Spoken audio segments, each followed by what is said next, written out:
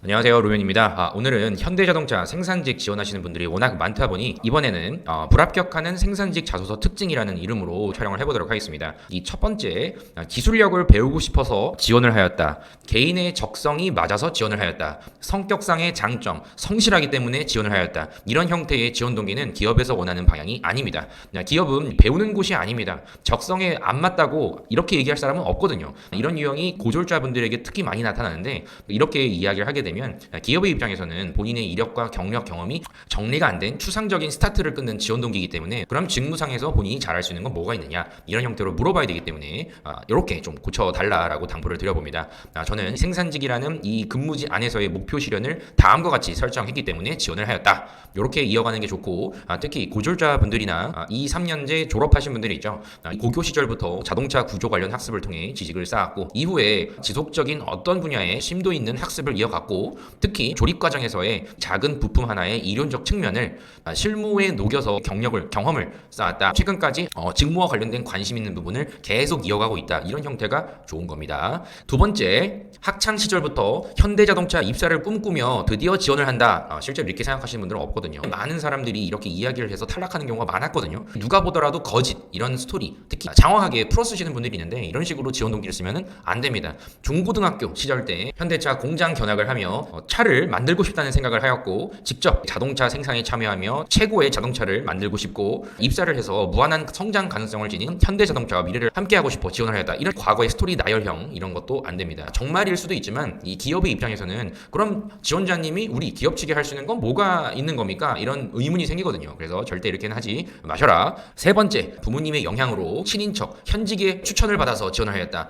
부모의 직업을 드러내는 건 위험합니다. 현차 생산직 근무하시는 분들의 자녀라면 더 조심을 해야겠죠. 추천을 받아서 지원했다는 것은 아주 소극적인 답변입니다. 그래서 본인의 의지는 그럼 없는 건가? 이런 생각이 들기 때문에 입사 후에 개인의 목표를 명확히 설정하셔서 기여 방안을 제시하십시오. 어떤 점을 지원자님은 우리 기업에 기여를 할 수 있는 겁니까? 이런 형태의 의문이 생긴다. 마지막은 최고의 워라밸을 제공해주는 현대자동차 높은 연봉 조건이 마음에 들어서 지원하였다. 다 이렇게 얘기를 하고 싶겠죠. 근데 이거는 너무 솔직한 겁니다. 최고의 대우를 받고자 한다면 지원자님은 그에 합당한 뭐를 기업에 제시를 할 수 있는가 의문이 들거든요. 그렇기 때문에 만약에 경력자라고 하면은 최고의 기업, 최고의 조건에 합당한 나의 능력치를 어떤 식으로 발휘할지를 실무 관점에서 더 구체적으로 표현해 보십시오. 이렇게 네 가지 절대 하지 말라 말씀을 드려봅니다.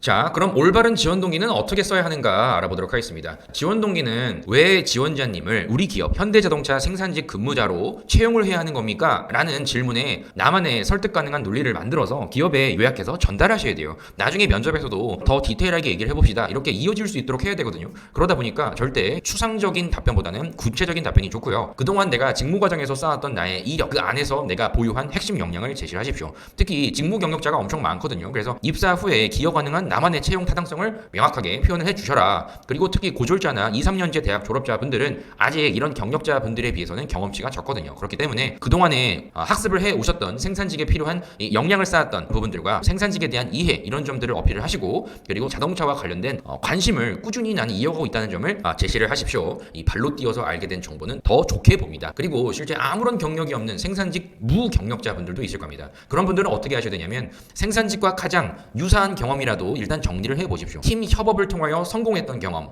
그리고 어려운 목표를 결국 성공시킨 나의 사례, 이런 부분이라도 일단 정리를 하셔야 됩니다. 그리고 하반기에도 어차피 뽑기 때문에 지금 뭐부터 해야 될지를 길게 보고 생각을 해보셔야 되거든요. 내가 생산직에 근무를 하고자 한다면 과연 어떤 직무상의 접점을 어필을 해야 할까, 이런 부분을 생각을 많이 해보셔야 됩니다. 저한테 연락 주시는 분들이 상당히 많습니다. 어떤 이력이 있는지를 한번 보십시오. 고졸자, 당연히 기술직이죠. 2, 3년제 졸업자, 자동차 관련 학과 나오신 분들이에요. 그 외에 생산직인 분들도 있고요. 공장 근무 경력자분도 있습니다. 추가로는 군 제대를 했는데 기술 쪽에 경험을 쌓았다, 이런 분들 있고요. 그리고 대졸 예정자 포함해서 기술직 쪽, 행정직도 있는데요. 지금 취업을 준비하는 사기업, 공기업 지원자분들도 다 이번에 주목하고 있다. 이제 경력자입니다. 생산직과 관련된 종사자분들, 자동차 관련된 현자 촉탁직 분들도 있고, 그 외적으로도 생산직 관련된 전국에 근무하시는 분들, 30대 10년차 이상 근무한 분들도 많습니다. 나이가 많아도 지원해도 되느냐? 당연히 지원하십시오. 고졸, 그리고 2, 3년제 졸업을 한 그 나이대가 더 선호도는 높긴 합니다. 하지만 아무리 적다 하더라도 그래도 뚫으려고 하시는 거 아닙니까?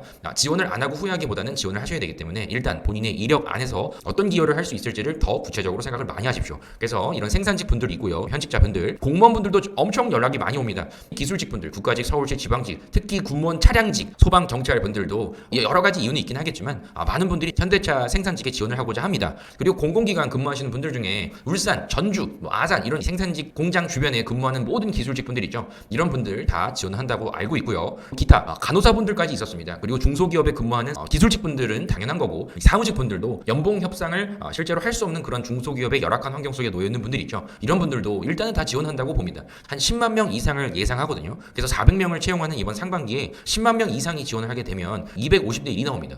5만 명이라 하면은 125대 1이고요. 20만 명이 지원한다. 그럼 500대 1입니다. 지난 기아차가 약 5만 명이 몰렸죠. 그 이상을 다들 예상하고 있기 때문에 정말 합격한다는 게 어렵긴 할 겁니다. 그래서 제가 꼭 마지막으로 말씀드릴 부분은 전공 무관, 나이 무관, 누구나 다 지원을 할 수 있다. 기존의 카더라 다 무시하시고 일단 지원을 하십시오. 최대한 나의 기여 방안이 어떤 게 있는지 이런 구체적인 목표를 세워라. 이렇게 말씀을 드리고 싶습니다. 현대자동차에 내가 합격을 못하면 어떡하지? 이런 관점보다는 조금 더 멀리 보시고 이번 기회를 최대한 살리려면 하반기까지는 보시고 지금 필요한 경력이나 지금 필요한 어떤 지식 습득을 좀 더 하시는 게 좋다고 봅니다. 그래서 제가 이 이야기를 하고자 오늘 영상 촬영을 했으니까 꼭 여러분 다시 여러 번 돌려보시면서 한번 여러분들만의 이야기를 풀어내 보십시오. 왜 현대자동차 생산직 업무를 하고자 하며 지원자님을 채용했을 때 얻을 수 있는 이득은 무엇입니까? 여기에 여러분만의 대답이 있어야 됩니다. 아시겠죠? 그럼 다음 영상에서도 뵙도록 하겠습니다. 감사합니다.